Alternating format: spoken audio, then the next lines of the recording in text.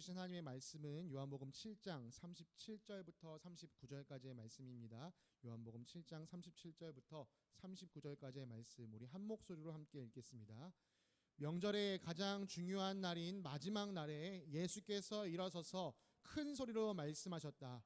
목마른 사람아 다 나에게로 와서 마셔라. 나를 믿는 사람은 성경이 말한 바와 같이 그의 배에서 생수가 강물처럼 흘러나올 것이다. 이것은 예수를 믿은 사람이 받게 될 성령을 가리켜서 하신 말씀이다. 예수께서 아직 영광을 받지 않으셨으므로 성령이 아직 사람들에게 오시지 않았다. 아멘. 자리에 앉으시겠습니다.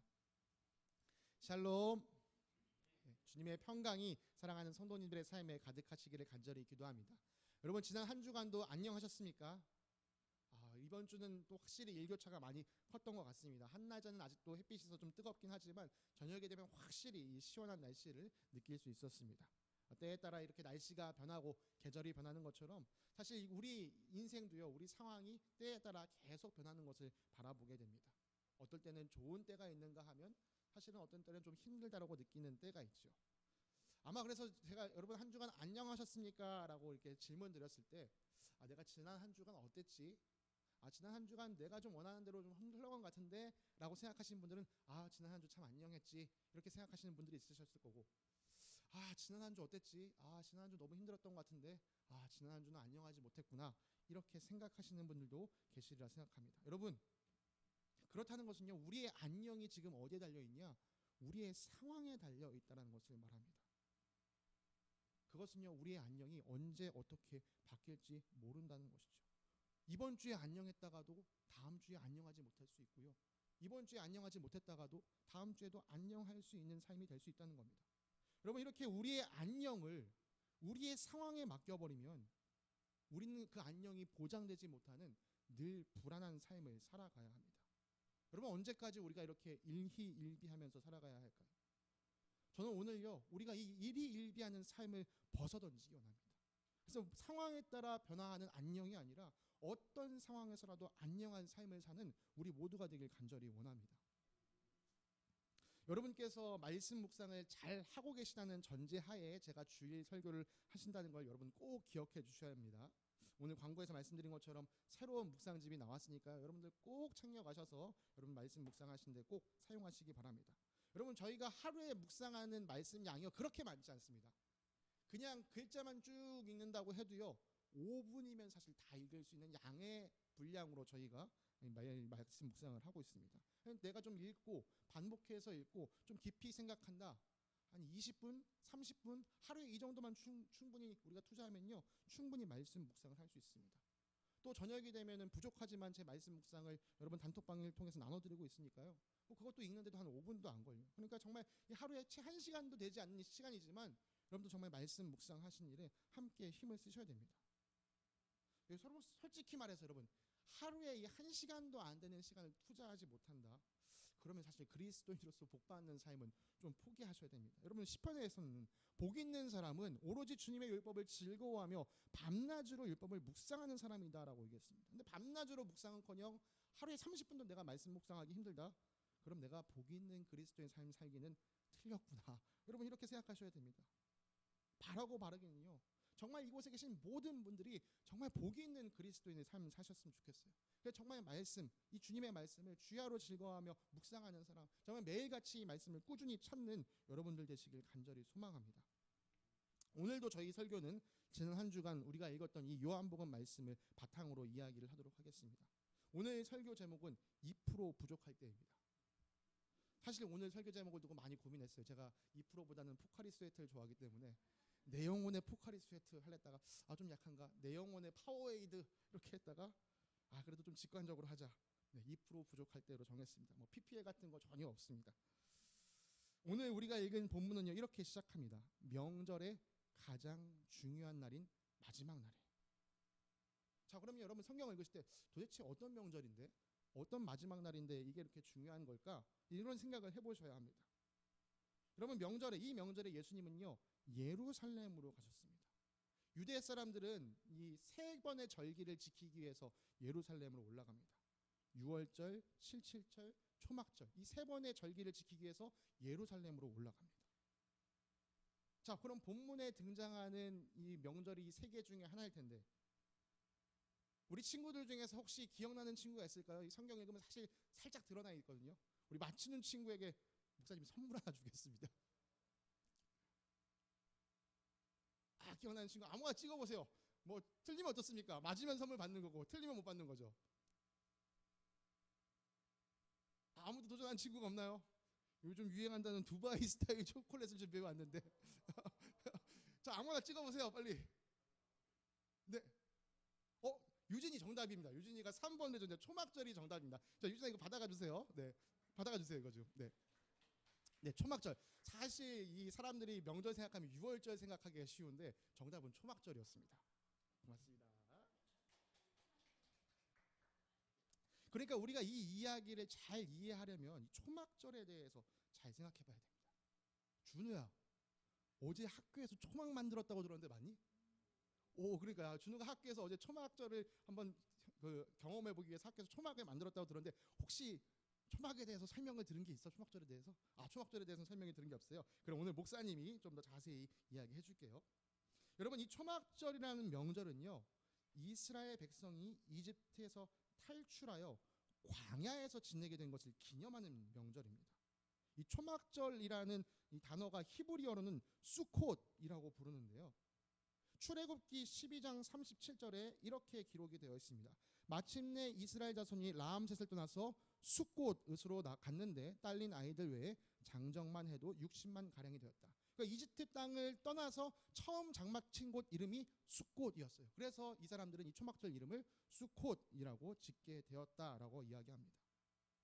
참고로 이 초막절은요, 이 장막을 쳤다라는 의미에서 장막절이라고도 성경에서는 표현합니다. 뭐 초막, 장막 둘 다 텐트를 의미하는 겁니다. 그러니까 우리가 이제 광야에 나와서 텐트를 치게 됐다. 이것을 기념하는 게 바로 이 초막절, 장막절인 것이죠. 이 명절은요, 하나님께서 이스라엘 백성들에게 이집트를 탈출시키시고 이제 너희는 내가 너희를 탈출시켜서 광야를 지내게 됐다라는 것을 기억하게 하시려고 제정해 주신 이 명절이었습니다. 초막절에 관한 규례가 레위기 23장 33절부터 44절까지에 기록되어 있는데요. 그 중에 중요한 우리 41절을 한번 살펴보면 이렇습니다.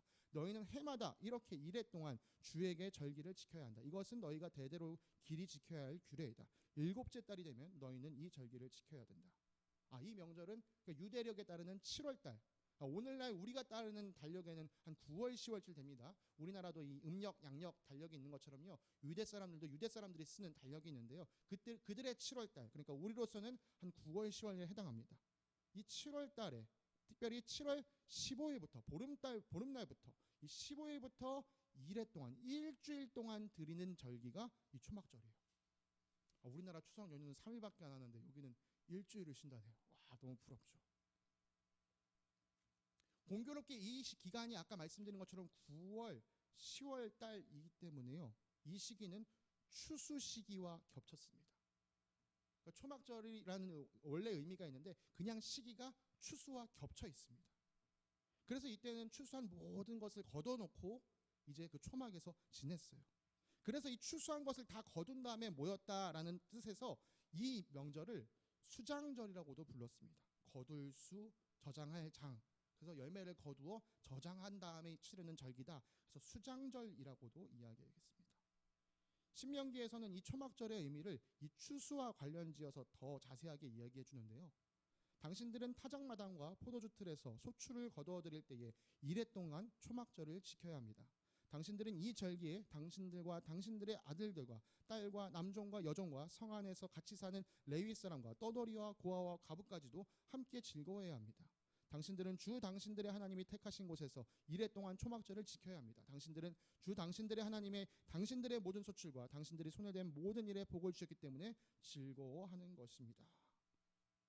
자, 여러분, 이 말씀을 토대로 우리가 이 초막절의 분위기를 한번 생각해 보기 원합니다. 어떨까요?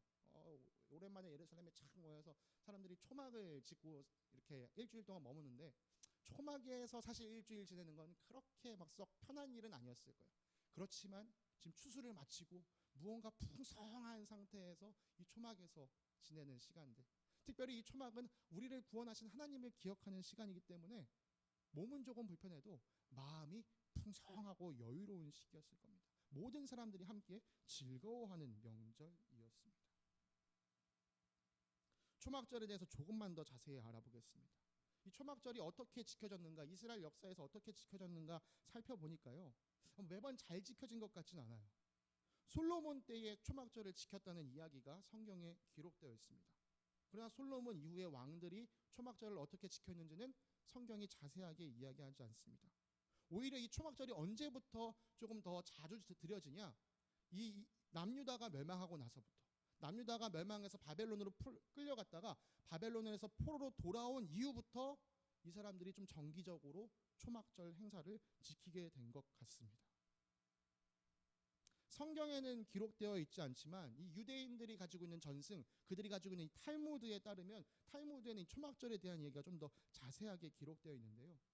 오늘 우리가 아까 얘기했던 이 명절의 마지막 날, 오늘 우리 성경의 본문의 배경이 되는 이 명절의 마지막 날은 가장 중요한 날로 여겨졌습니다. 이날 유대인들은요, 이 날을 호산나 라바라고 불렀어요. 큰 구원의 날이다 라고 이야기했습니다. 초막절이 되면 이 사람들은 매일 하루에 은나팔을 3번씩 불고 또 제단 주위를 한 바퀴씩 돌았다고 합니다. 그렇게 일주일을 보내다가 이 마지막 날에는 은나팔을 7번씩 3번, 그러니까 총 21번을 불고 그다음 그 제단을 7바퀴를 돌았다고 해요. 이거 어서 좀 성경에서 들어본 얘기인 것 같은데, 그죠? 여리고 전투와 비슷한 모습을 가지고 있습니다. 그러니까 우리가 이루한 구원, 우리가 받은 구원이 우리 힘으로 얻은 것이 아니라 하나님 은혜로, 하나님이 승리하신 그 승리에 우리가 동참한 것이다. 우리는 그 큰 구원을 입은 사람들이다라는 것을 떠올리게 하는 날이 바로 이 마지막 날, 호산나 라바 날이었습니다. 그런 점에서 혹시 컴퓨터가 멈췄나요? 네, 혹시 PPT 한 번만 넘겨주실 수 있을까요? 네, 감사합니다. 네, 여리고 전투 모습입니다. 그래서 이 초막절이 전체적으로 무엇을 의미하느냐? 우리가 이 땅에 사는 동안에는 장막에 거하는 나그네처럼 살지만 이 마지막 때, 마지막 날이 되면 하나님께서 우리를 구원하시는 일이 있을 것이다. 이것을 상기시키는 날이 바로 이 초막절 명절 기간입니다. 문제는요, 이스라엘 사람들이 좀 착각한 것이 있었어요. 그들은 하나님이 이루시는 구원이 가나안 땅에 들어온 것으로 끝났다라고 생각했다는 점입니다. 그래서 가나안 땅에 들어온 자기들이 세운 나라가 곧 하나님 나라다라고 생각하고 살았습니다. 그래서 그 결과 이 사람들이 오랫동안 어떤 삶을 살죠? 유대 사람들은요, 이스라엘 사람들은요, 자기들만 선택받은 민족이라고 얘기하고 주변에 있는 모든 이방 민족을 개, 돼지처럼 취급했습니다. 멸시하고 무시했었어요. 그런데 역사적으로 어떤 일이 일어났나요? 자신들이 분명 하나님의 나라라고 생각하고 살았는데 그 나라가 이방 민족에게 짓밟힘 당하는 일을 겪게 되었습니다. 아수르, 바벨론에게 무너지고 또 페르시아, 그리스, 로마의 압제를 당했습니다. 유다 사람들은요, 얼른 이 상황이 회복되어서 다시 이 다윗 시대와 같이 우리 이스라엘이 강해지기만을 바라고 있었습니다. 이것이 예수님 시대의 유대 사람들이 가지고 있었던 생각입니다. 다시 오늘 본문으로 좀 돌아와 보겠습니다. 명절의 가장 중요한 마지막 날, 이 호산나 라반 날에 예수님께서 일어서서 큰 소리로 말씀하셨습니다. 목마른 사람은 다 나에게로 와서 마셔라. 나를 믿는 사람은 성경이 말한 바와 같이 그의 배에서 생수가 강물처럼 흘러나올 것이다. 여러분, 이 초막절이 아까 광야의 생활을 기억하는 명절이라고 말씀드렸죠. 광야에서 이스라엘 백성들이 자주 겪었던 문제가 무엇이었죠, 여러분? 바로 물 문제였습니다. 물 문제. 여러분, 홍해 바다를 건너는, 그리고 홍해 바다의 이집트 군대가 수장되는 아주 놀라운 일을 목격하고 이 사람들은 하나님 앞에서 와, 엄청난 찬양을 드렸습니다. 출애굽기 15장에 엄청난 찬양이 기록되어 있어요. 그런데 그 큰 구원을 경험하고서 단 3일 만에 이 사람들이 불평불만을 쏟아냅니다. 뭐 때문에요? 물 때문에. 우리가 마실 물이 없어요. 3일 만에 걸어가서 한 물 웅덩이를 만났어요. 그 물 웅덩이에 급하게 마시려고 하는데 물이 너무 써요. 그래서 그 물을 마라라고 불렀습니다. 아, 이제 겨우 마실 물이 있는 줄 알았는데 이거 도저히 있어서 마실 수가 없네. 막 하나님 앞에, 그럼 우리 도대체 뭘 마시라는 겁니까? 막 모세에게 불평을 털어놓았습니다. 모세가 하나님 앞에 나가서 하나님 어떻게 할까요? 그래서 하나님께서는 모세에게 한 나무의 그루를 보여주시고 그 나무에서 가지를 꺾어서 물에 던져라. 그러자 그 물이 마실 수 있는 단물이 되었다. 그러고 나서 하나님은 이들에게 말씀하셨어요. 너희가 주 너의 하나님인 나의 말을 잘 듣고 내가 보기에 옳은 일을 하며 나의 명령에 순종하고 나의 규례를 모두 지키면 내가 이집트 사람에게 내린 어떤 질병도 너희에게는 내리지 않을 것이다. 나는 주 곧 너희를 치료하는 하나님이다. 네, 하나님은요, 이 물이 변화되는 기적을 보여주시면서 봐, 물이 이렇게 너희가 먹을 수 있는 것처럼 변화되는 것처럼 내가 너희를 회복시키고 치유시키는 하나님이 될 거야 라는 것을 직접 경험케 해주셨습니다. 이 놀라운 경험이 있었음에도 불구하고 이들은 또 며칠 안 가서, 얼마 가지 않아서 또 물 때문에 하나님 앞에 불평을 하게 됩니다. 이스라엘 백성이 신광야를 떠나서 르비딤으로 이르렀을 때요, 거기에서도 마실 물이 없었어요. 그러자 사람들이요 또 모세에게 물을 달라고 막 대들었습니다. 모세가 또 주님 앞으로 나아갔어요. 주님, 어떻게 해야 될까요? 도대체 이 광야에서 이 사람들 물을 어디서 제가 구해서 먹일 수 있을까요? 주님께서 말씀해 주셨습니다. 너는 이스라엘 장로들을 데리고 이 백성보다 앞서서 가거라. 그리고 나일강을 친 그 지팡이를 손에 들고 가거라. 이제 내가 저기 호렙산 바위 위에서 너의 앞에 서겠으니 너는 그 바위를 쳐라. 그러면 거기에서 이 백성이 마실 물이 터져 나올 것이다. 네, 모세가 하나님이 시키신 대로 어떤 호렙산에 있는 바위 앞에 가서 그 바위를 쳤습니다. 그런데 그 바위에 대해서 뭐라고 설명하죠? 하나님이 그 위에 서 있다. 여러분, 이게 좀 불경스럽게 느껴지지 않으십니까? 하나님이 서 계신 바위를 모세가 지팡이로 내리친다. 얼핏 듣기에는 상당히 불경스러워 보이는 이 행동은요, 우리는 예수 그리스도의 십자가를 통해 이것이 무엇을 의미하는지 알게 됩니다. 하나님이 서신 이 바위를 치는 행위는 우리를 위해 자기 피를 흘려주셔서 그 참 음료로 우리의 목을 축이셔서 우리로 하여금 다시는 목마르지 않게 하시는 예수님을 떠올리게 합니다. 그래서 바울은요, 이 사건을 두고 이렇게 얘기했습니다. 형제자매 여러분, 나는 여러분이 이 사실을 알기 바랍니다. 우리 조상들은 모두 구름의 보호 아래 있었고 바다, 홍해 한가운데를 지나갔습니다. 이렇게 그들은 모두 구름과 바다 속에서 침례를 받아 모세에게 속하게 되었습니다.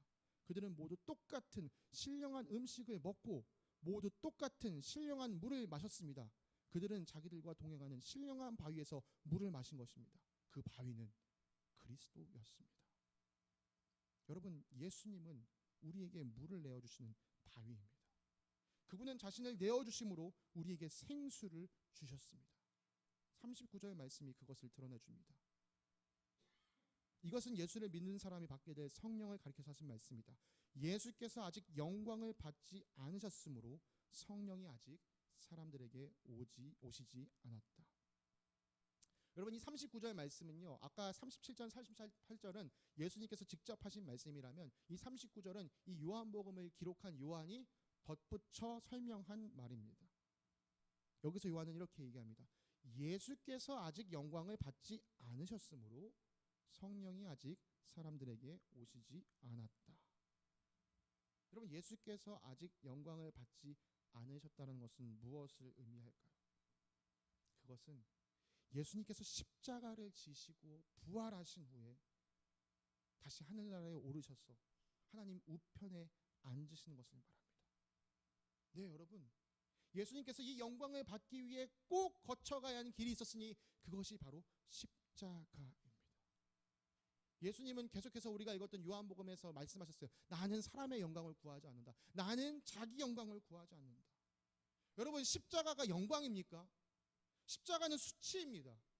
십자가는 치욕입니다. 십자가는 고통입니다. 예수님께서 자기 영광을 구하는 분이셨다면 이 십자가를 받아들이지 않고 피하셨을 겁니다. 그러나 그분은 자기 영광을 구하지 않으셨어요. 오직 하나님 아버지의 영광을 구하셨기 때문에 하나님 아버지의 뜻대로 이 십자가를 지셨습니다. 십자가 지는 것이 너무 괴로워서 밤새 아버지 할 수만 있다면 이 잔을 내게서 옮겨주십시오 기도하는 그 가운데서도 마지막 기도만은 아버지 내 뜻대로 마시고 아버지 뜻대로 해주십시오. 그렇게 간절히 기도하셨습니다. 그렇게 끝내 예수님은 십자가를 지셨습니다. 그렇게 죽기까지 아버지께 순종하셨기에 생명의 창시자이신 우리 아버지 하나님은 그 예수 그리스도를 죽음 가운데 내버려 두지 않으시고 3일 만에 부활시키시고 또 다시 하늘로 올리셔서 하나님 보좌 우편에 앉으셨습니다. 이 영광을 거치고 나서야 성령이 이 땅에 오시게 되는 것, 그것이 하나님 아버지께서 정하신 뜻이었습니다. 네, 바위가 깨져서 갈라져서 거기서 물이 솟아오르는 것처럼 예수님께서 자기 몸을 찢으셔서 우리에게 생명의 음료를 흘려주신 것입니다. 그분이 흘려주시는 그 음료, 그 생수, 그 성령님을 만날 때 우리 안에 있는 영혼의 갈증이 해소될 수 있습니다. 여러분, 여러분을 영원히 목마르지 않게 하는 그 생수 얻고 싶지 않으십니까? 여러분, 그런 것을 얻을 수만 있다면 얼마나 행복할까요? 그런데 많은 사람들은 예수님이 주시고자 하는 바로 그것에 관심 있지 않고 자기가 원하는 대로의 생수를 구하고 살아갑니다. 요한복음 4장에 나타나는 사마리아 수가 마을의 여인을 기억하시리라 생각합니다. 예수님께서 그 여인에게 물을 달라 하셨다가 당신은 유대 사람이면서 나한테 왜 말을 걸어요? 그러자 예수님께서 그 여인에게 말씀하시죠.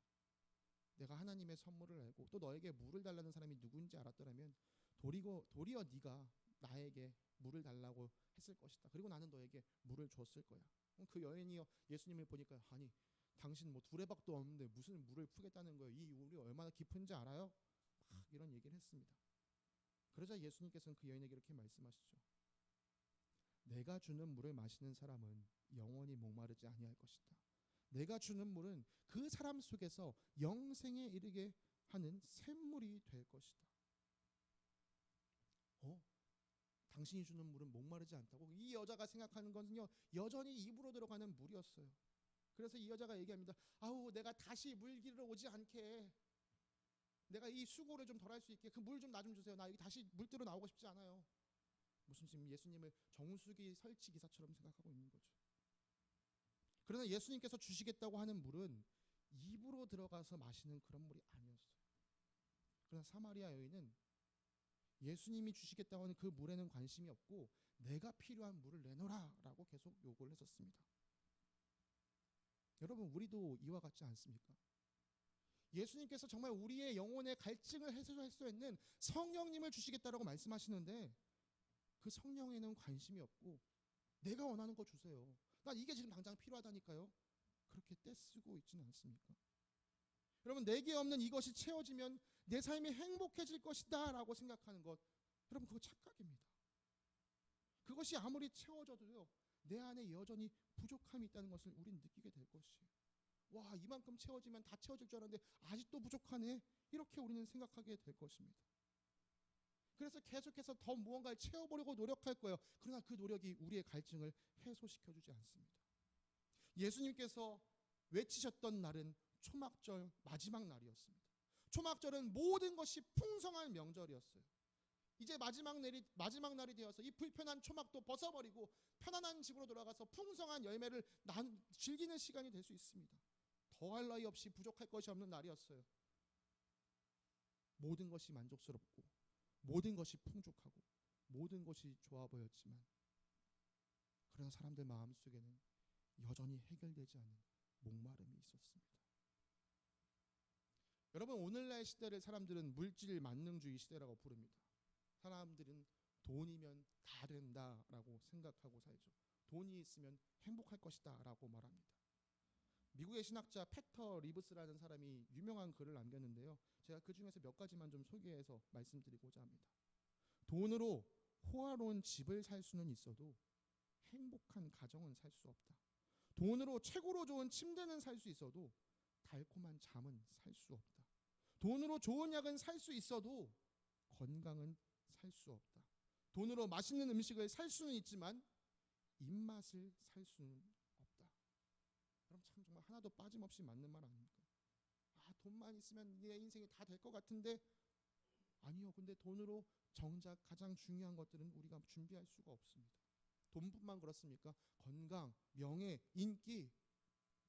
여러분 이런 것들이 아무리 우리 안에 채워진다 한들 우리의 영혼의 목마름이 절대 해결되지 않습니다. 우리 영혼의 목마름은 반드시 영적인 것으로만 해결할 수 있습니다.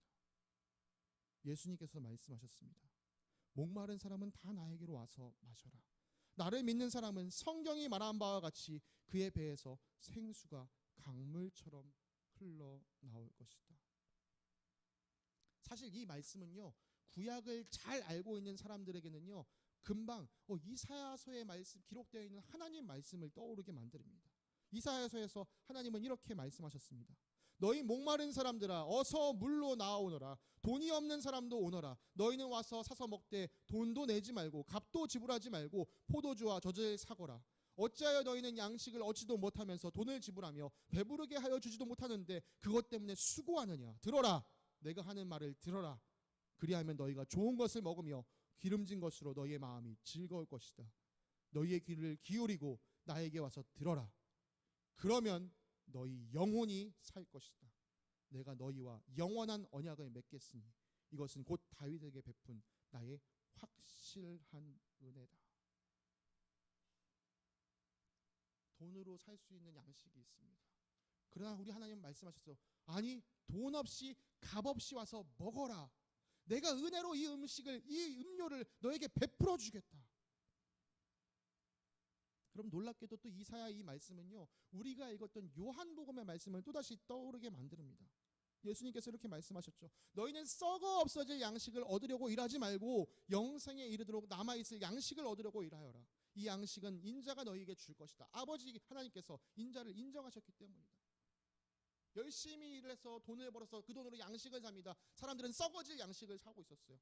예수님 말씀하시죠. 그렇게 하지 마. 그 돈으로 썩어질 양식 사지 말고 너희에게 영원히 남아있을 양식을 얻기 위해 일해. 사람들이 묻죠. 우리가 어떻게 해야 그 영원한 양식을 얻을 수 있습니까? 우리가 어떻게 해야 하나님 일을 하는 겁니까? 여러분 우리가 이미 이거 지난주에 설교로도 나눴습니다. 어떻게 하는 게 하나님의 일이라고요? 하나님께서 보내신 이를 믿는 것. 이사야서에서 말씀하셨잖아요. 하나님 말씀에 귀를 기울이고 그분 앞에 나아오면 예수님이 하나님이 보내신 분임을 알게 됩니다. 예수님을 믿게 됩니다. 우리는요 지난 며칠간 말씀 묵상을 통해서요 예수님을 받아들이지 못하는 유대 사람들의 모습을 계속해서 봤어요. 계속해서 예수님은 진리를 말씀해 주시면요 이 사람들은요 자기의 편견에 갇혀서 자기 식대로 해석하면서 예수님을 받아들이지 못합니다.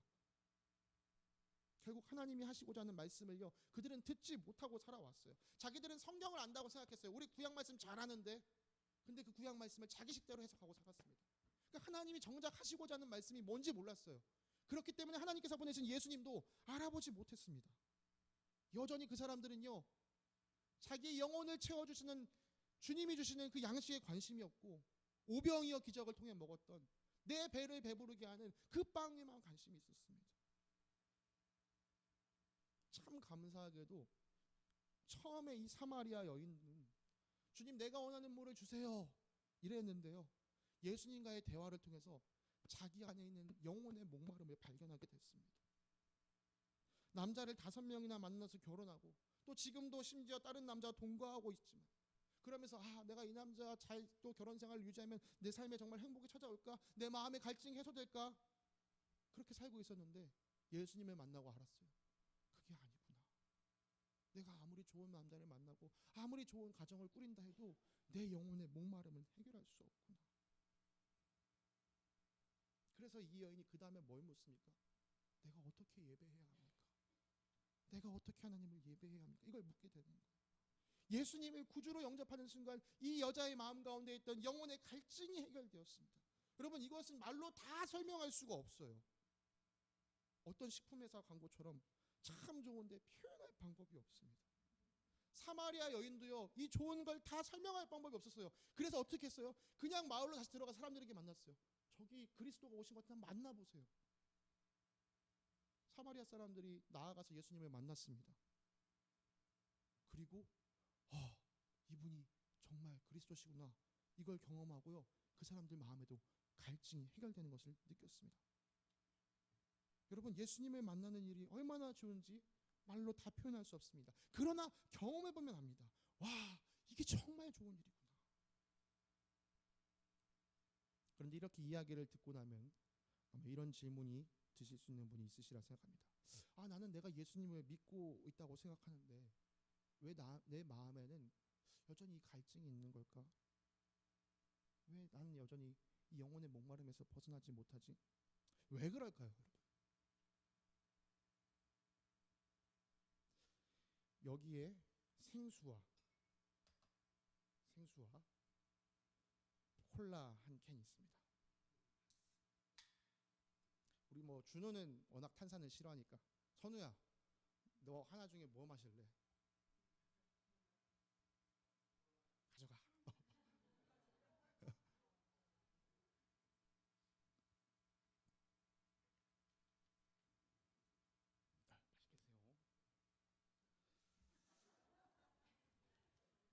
물이 있긴 하지만요, 물보다는 탄산음료가 더 땡깁니다. 뭐 선우만 그런 게 아니에요. 저도요, 사실 둘 중에 하나 지금 뭘 마시려고 하면은 콜라 마시고 싶었을 것 같아요. 근데 여러분 아시죠?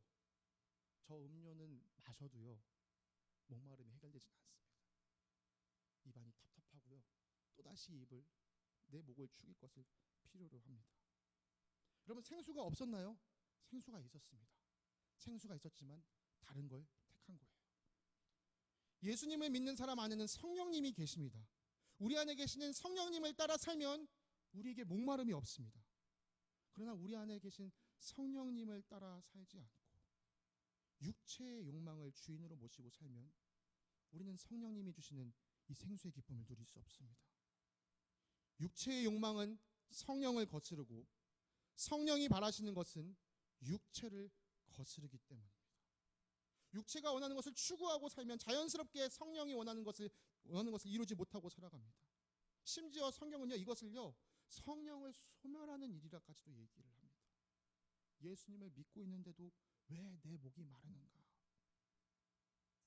여러분, 내 삶이 성령의 열매를 맺고 있는 삶인지 육체의 열매를 맺고 있는 삶인지 여러분 삶의 열매를 한번 점검해 보세요.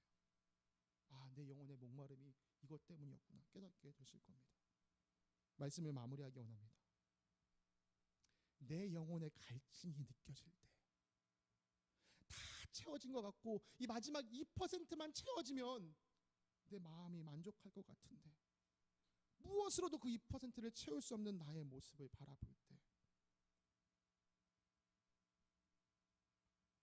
여러분, 그 내면에 있는 깊은 목마름은 여러분이 성령님을 만나셔야지만 해결할 수 있습니다. 그리고 성령님을 만나면 깨닫게 됩니다.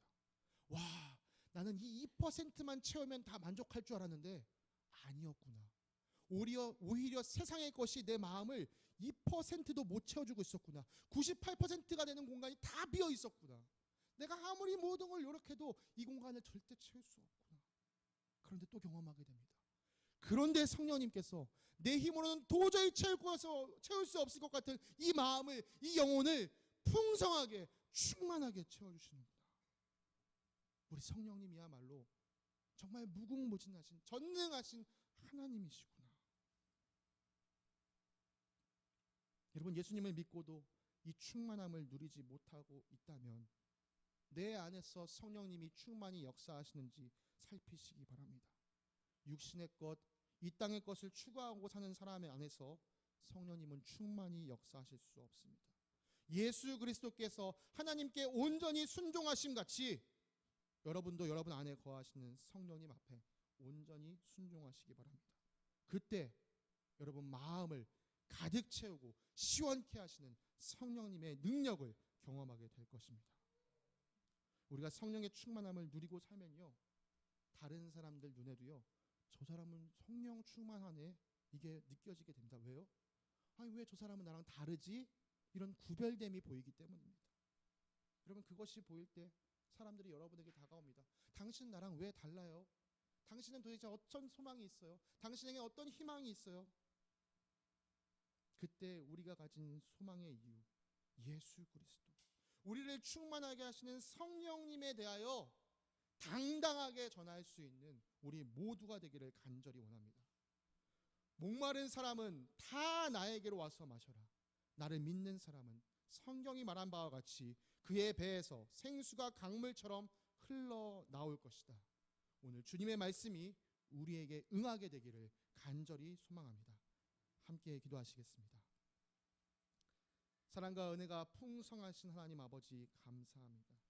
예수 그리스도를 믿는 자에게 아버지 그 영혼 가운데 그 마음의 중심 가운데 멈추지 않는 끊이지 않는 강물처럼 흘러가는 생명수 성령님을 부어주시는 하나님을 찬양하며 나아갑니다.